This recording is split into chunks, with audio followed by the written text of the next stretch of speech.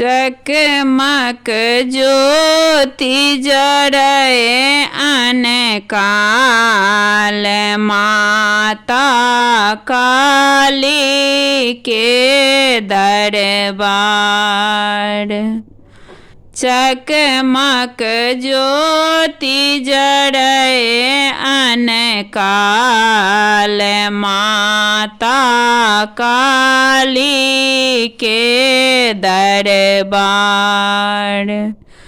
काली के घर में गुगुल जरतु है, काली के घर में गुगुल जरतु है। गंध उड़े अनकाल माता काली के दरबार।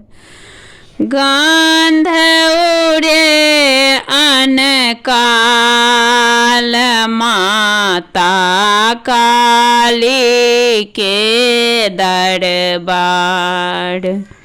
चकमक ज्योति जरे अनकाल माता काली के दरबार।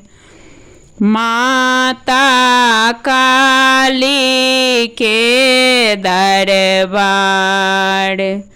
काली के घर में पातर परतु है, काली के घर में पातर परतु है। दूध बहे अनकाल माता काली के दरबार।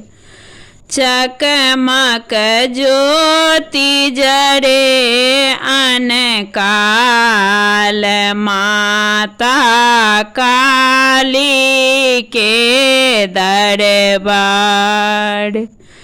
काली के घर में फूल चढ़तु है, काली के घर में फूल चढ़तु है। गमक उठे अनकाल माता काली के दरबार। चकमक ज्योति जरे अनकाल माता काली के दरबार।